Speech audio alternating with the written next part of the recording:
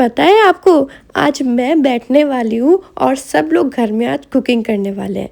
कोई कुकिंग करेगा, कोई इंतज़ाम करेगा, लेकिन मैं आराम करूँगी। तो आज हमारे यहाँ फाइनली छत में चूल्हा लग रहा है और आज चूल्हे की रोटी बनेगी, बैंगन का भरता बनेगा। उसके लिए देखो आशीष और मेरे देवर दोनों मिलकर यहाँ पर इंतज़ाम कर रहे हैं और ईशु भी साथ में लगा हुआ है नीचे से छत में सारी चीज़ें लेकर आने में।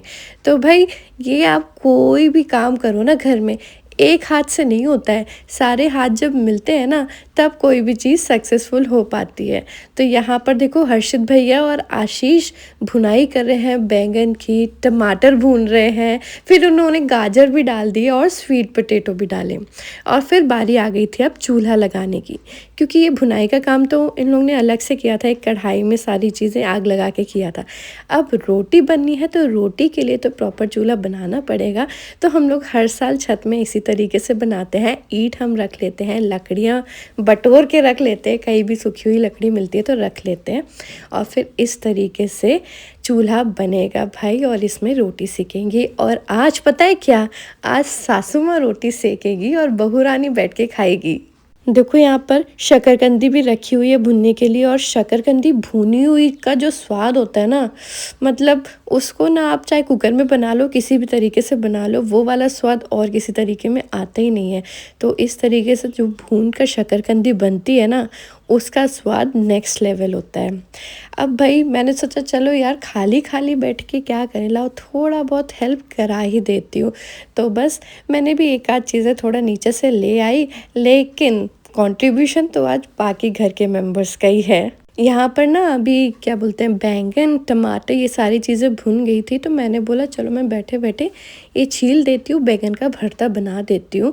तो यहाँ पर मैं छील रही हूँ, साथ में शकरकंदी खा रही हूँ, बहुत मीठी है। मैंने सबको ऑफ़र किया, सबने थोड़ा थोड़ा खा लिया। मम्मी से बोला तो मम्मी ने बोला मैं बाद में खाऊंगी, तो मेरे लिए रख दो। आशीष को खिलाया। भाई गर्मा गर्म भुनी हुई शकरकंदी खाओ, अलग मज़ा आता है। चलिए जी, चूल्हा हमारा यहाँ पर जल गया है और अब मम्मी रोटी बनाएंगी। लेकिन उससे पहले देखो यहाँ पर मैं टमाटर वगैरह छील रही थी और ये सारी जब हम चीज़ें छीलते हैं ना तो थोड़ा तो मतलब उसमें कुछ ना कुछ रह ही जाता है। तो इसको हमेशा ही हमें ना धुल के फिर यूज़ करना चाहिए। और आज पता है रोटी कौन सी बनने वाली है, आज ज्वार की रोटी बनने वाली है। तो मम्मी बस यहाँ पर आटा लगा रही हैं, गर्म पानी से ज्वार का आटा लगाओ तो रोटियाँ अच्छी बनती हैं। और पता है मम्मी क्यों आज रोटी बना रही हैं, मैं अगर ज्वार की रोटी बनाती हूँ ना तो मैं पटे पे ऐसे या फिर पॉलीथीन की हेल्प से बनाती हूँ। मम्मी ने बोला कि आज ना मैं हाथों से बनाऊंगी, हाथों में पानी लगाकर फिर उस तरीके से रोटी बनाऊंगी। तो तुम लोग बैठो खाओ और मैं गर्मा गर्म रोटी सेक कर दूंगी और खाते जाओ। तो बस क्या ही बात है। और मम्मी का बड़ा मन कर रहा था कि मैं सबको रोटी सेक के खिलाऊं, होता है ना एक माँ की ममता, तो बस वही चीज़ थी।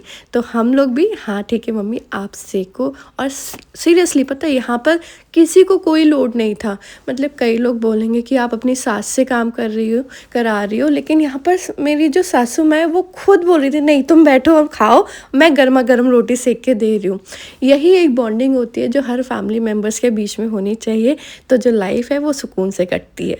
और जैसा कि मैंने बोला था, जैसे आप बैंगन छील लो, टमाटर भी छील लो, तो उसको एक बार ही धुल के फिर यूज़ करो, क्योंकि इसको हम भूनते हैं ना तो भूनने के पास थोड़े एशेस वगैरह आ जाते हैं या फिर थोड़ा सा डस्ट वगैरह भी आ जाती है। तो थोड़ा धुल के फिर इसको आप बैंगन का भरता बनाओ। और जब भी बैंगन का भरता बनाओ ना तो बैंगन एक बार ही ज़रूर चेक कर लो। ये आपको दिख रहे होंगे जो बैंगन का साइज़ है वो थोड़ा छोटा है, क्योंकि ये हरे वाले बैंगन है। हमारे यहाँ बुंदेलखंड में सबको हरे वाले बैंगन बहुत पसंद आते हैं। मुझे उतना पसंद नहीं है, क्योंकि इस हरे वाले बैंगन में ना जो बीज होते हैं वो बीज मेरे गले में लगते हैं और फिर ऐसा लगता है मेरा गला जाम हो गया। तो आई डोंट प्रेफर दैट। मेरे को वो पर्पल वाला जो बड़ा वाला बैंगन आता है मैं वो प्रेफर करती हूँ। और लो जी यहाँ पर मम्मी ने आटा लगा लिया था और बस हाथों से मम्मी सेक रही हैं। और पता है लिटरली गर्मी लग रही थी छत पे और धुआं, ये तो है भाई जिस साइड रोटी सेको ना धुआं उसी साइड आता है पर उसका कोई है ही नहीं। लास्ट टाइम हमने भी छत पे बनाया था, मतलब लास्ट ईयर मैंने छत पे पहली बार रोटी बनाई थी चूल्हे पे। बहुत बढ़िया बनी थी। और इस बार ही मम्मी बना रही हैं। मैं सोच रही हूँ एक बार मैं भी बना लूँ। चलो अभी तो ठंड जाने में बहुत टाइम है, एक बार हम भी कोशिश कर लेंगे। इस तरीके से ना मम्मी रोटियां बना रही थी और मम्मी अपनी कहानी सुना रही थी कि जब हम छोटे थे तो चूल्हा घर में ही होता था, तो चूल्हे की रोटी बनती थी। अब कहाँ चूल्हा होता है। तो बस मम्मी अपनी कहानी सुनाते जा रही थी, हम लोग अपना काम करते जा रहे थे और सुनते जा रहे थे कहानी। फिर मम्मी ना मामा जी की स्टोरी सुना रही थी, मतलब मेरे मामा ससुर के घर की स्टोरी सुना रही थी कि कैसे वहाँ पर चूल्हा में खाना बनता था और कैसे जो मेरी मामी सास थी वो किस तरीके से मम्मी को लाड जताती थी, किस तरीके से मम्मी रोटी बनाती थी या मामी सास रोटी बनाती थी और सब मिलजुल के खाते थे। तो सुनने में भी बहुत अच्छा लग रहा था। बैगन के भरते के लिए ना मम्मी ने ना ये चटनी पहले से बना के रखी थी। इसमें धनिया, मिर्च, थोड़ा सा लहसुन और नमक, ये सारी चीज़ें मम्मी ने ना सिलबट्टे से कूट ली थी और फिर इसी को हम प्याज, टमाटर और बैंगन में मिक्स कर लेंगे अच्छी तरीके से और नमक अपने स्वाद अनुसार। मीनवाइल यहाँ पर मम्मी रोटियां सेकते जा रही थी, लेकिन फिर बीच में हमारा हुआ कि भाई ये बन रहा है, देसी थाली बन रही है, तो मम्मी मलीदा भी बना ही लेते हैं। तो फिर ना मम्मी ने बाजरे की रोटी भी यहाँ पर थोड़ी सी बना ली थी। और मीनवाइल देखो यहाँ पर हमारा बैंगन का भरता तैयार हो गया है। और मलीदा के लिए यहाँ पर मैं गुड़ को छोटा छोटा तोड़ रही हूँ। जैसे कि अभी हम लोग 5 लोग हैं तो 4-5 रोटी का हम मलीदा बनाएंगे। ये मलीदा ना बहुत ही ज़्यादा हेल्दी होता है। अगर आप और कोई स्वीट डिश के बजाय ये प्रेफर करो एज अ स्वीट डिश तो ये बहुत हेल्दी होता है। रीज़न बीइंग कि इसमें बाजरा है, घी है, गुड़ है, ना शुगर, ना दूध, ना मैदा, तो ये काफ़ी ज़्यादा हेल्दी होता है। हेल्दी चीज़ें भी अगर आप थोड़ा लिमिटेड अमाउंट में खाओ तो वो फ़ायदा ही करती है, नुकसान नहीं करती। और ठंड के सीज़न में तो भाई कभी कभार खा लेना चाहिए, इतना भी नहीं जाना चाहिए। तो चलिए जी, यहाँ पर हमारी थाली रेडी है। हाँ, ये सब चीज़ें तो बन गई थी। जैसे कि कढ़ी हमने कल बनाई थी तो वो बासी कढ़ी भी अच्छी लगती है। आलू टमाटर की सब्ज़ी घर में ही बन गई थी।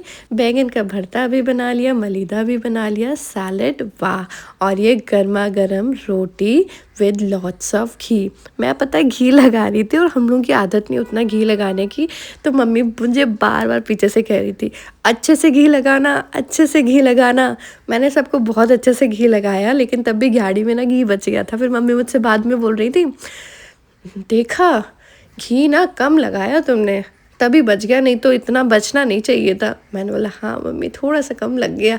और फिर सब लोग यहाँ पर खाना खाने बैठे। पहले मैं सबको गर्मा गर्म रोटी दे रही थी, क्योंकि एक साथ नहीं हो पाता ना कि 4 लोग बैठ जाए खाना खाने के लिए, और क्योंकि ये रोटी सेकने में भी टाइम लगती है। तो मम्मी अभी सेक रही थी, मैं सबको खाना खिलाते जा रही थी।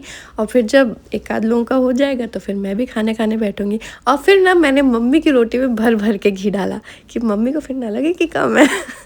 नहीं, अब देसी लोग जो होते हैं ना, उन्हें अच्छा घी भर के दो। हम लोग हैं कि हमें नहीं लगता कि यार घी उतना खाना चाहिए, लेकिन मम्मी लोग तो बचपन से घी खाते हुए आई हैं और देखो अभी भी बिल्कुल तंदुरुस्त है। हम लोगों ने तो हमारी ये छत वाली पिकनिक बहुत एंजॉय की। आई होप आपको वीडियो देख के अच्छा लगा होगा।